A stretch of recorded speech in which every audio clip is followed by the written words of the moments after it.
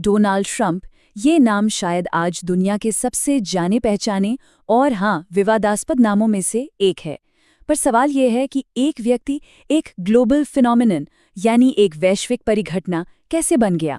आइए आज इसी की तह तक चलते हैं। देखिए, डोनाल्ड ट्रंप को लेकर लोगों की राय में जमीन आसमान का फर्क है।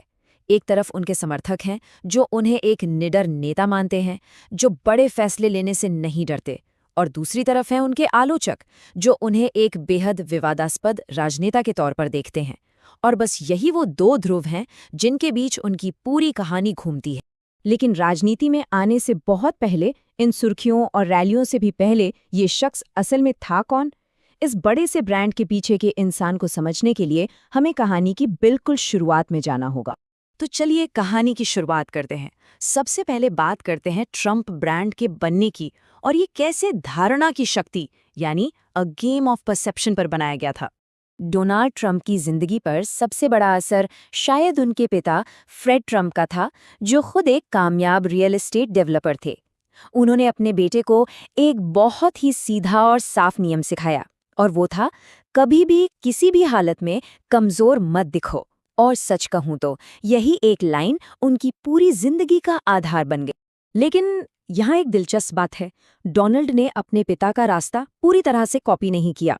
जहाँ फ्रेड ट्रंप का फोकस मिडिल क्लास के लिए घर बनाने पे था, वहीं डोनाल्ड की नज़रें कहीं और ही थीं। उनकी महत्वाकांक्षा थी लग्जरी, ब्रांडिंग और सबसे ज़रूरी स्पॉटलाइट। और यहीं पर असल खेल था। डोनाल्ड ट्रंप सिर्फ इमारतें या अपार्टमेंट्स नहीं बेच रहे थे, वो बेच रहे थे ट्रंप का नाम। और इसी सोच का सबसे बड़ा सिंबल बना ट्रंप टावर। सोने का इंटीरियर, बोल्ड डिज़ाइन और लगातार मीडिया का अटेंशन। उन्होंने ये बात बहुत जल्दी समझ ली थी कि धारणा ही असली शक्ति है। अब कहानी में एक ऐसा मोड़ आता है जहां सब कुछ लगभग बिखरने वाला था। ये दौर था उनकी असफलता का।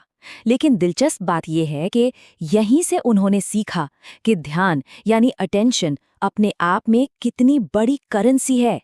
सोचिए, 80 के दशक में वो रियल एस्टेट के किंग थे, लेकिन 90s आते आते उनके कसीनो दिवालिया हो गए, उन पर भारी कर्ज चढ़ गया। अब ज्यादातर लोगों के लिए तो ये कहानी का अंत होता है ना? पर ट्रंप के लिए ये एक रीसेट था। और फिर 2004 में आया दी अप्रेंटिस, वो टीवी शो जिसने सब कुछ बदल दिया। दी अप्रेंटिस ने उन्हें एक ऐसा सबक सिखाया जिसे आज की दुनिया में अटेंशन कैपिटल कहते हैं। मतलब ये आइडिया कि लोगों का ध्यान खींचना, पब्लिक अटेंशन, आज के ज़माने में पैसे से भी बड़ी ताकत है। टीवी पर वो एक दमदार, फैसले लेने वाले बॉस के तौर पर दिखे, और इसी इमेज ने उनके ब्रांड को फिर से जिंदा कर दिया। तो इसी नए हथियार के साथ ट्रंप ने एक ऐसी दुनिया में कदम रखा जहां किसी ने भी, मेरा मतलब किसी ने भी नहीं सोचा था कि वो कामयाब होंगे। और वो दुनिया थी राजनीति की। यहाँ उन्होंने राजनीति को एक परफॉर्मेंस बना दिया, जहां सबसे बड़ी ताकत थी भावना।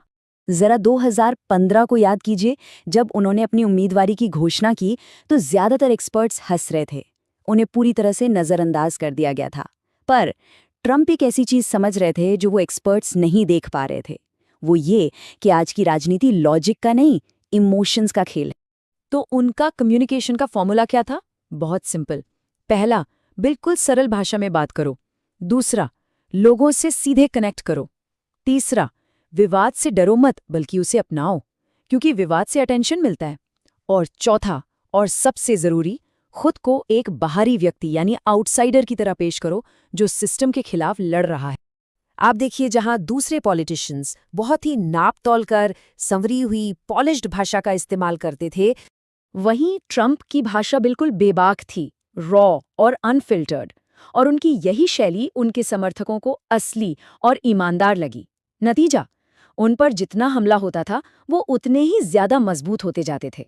और राष्ट्रपति बनने के बाद भी उनका तरीका बिल्कुल अलग ही रहा। वो सलाहकारों से ज्यादा अपनी गट इंस्टिंक्ट यानी सहज ज्ञान पर भरोसा करते थे। उन्होंने मीडिया को दरकिनार कर ट्विटर के जरिए सीधे जनता से बात की। उनके लिए राजनीति कोई बहस नहीं बल्कि एक जंग का मैदान थी। तो इन सब का मतलब क्या है? ये सब हमें शक्ति के एक बिल्कुल नए ब्लूप्रिंट की तरफ ले जाता है। एक ऐसी विरासत जो आज भी हमारे सामने खुल रही है। अगर इस पूरी परिघटना को हम कुछ हिस्सों में तोड़े तो क्या सामने आता है? कुछ मुख्य बातें हैं 1. कभी ना हार मानने वाली महत्वाकांक्षा। 2. ब्रांडिंग में महारत। 3. ध्यान खींचने के लिए विवाद का रणनीतिक इस्तेमाल। और 4. इंसानी मनोविज्ञान की एक जबरदस्त सहज समझ। तो आखिर में बात इस पर आ जाती है कि कोई उन्हें पसंद करे या नापसंद, एक चीज तो माननी पड़ेगी। कहानी का नैरेटिव हमेशा उनके कंट्रोल में रहा। जब उनकी तारीफ हो रही थी तब भी, और जब उनकी आलोचना हो रही थी तब भी, सारा अटेंशन उन्हीं पर था। और यही उनकी सबसे बड़ी ताकत का स्रोत था।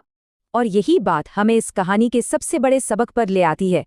एक ऐसी सच्चाई जो शायद आज के मीडिया युग में थोड़ी असहज लगे। वो ये कि जरूरी नहीं कि हर कोई आपको पसंद करे। जरूरी बस ये है कि लोग आप पर ध्यान दे।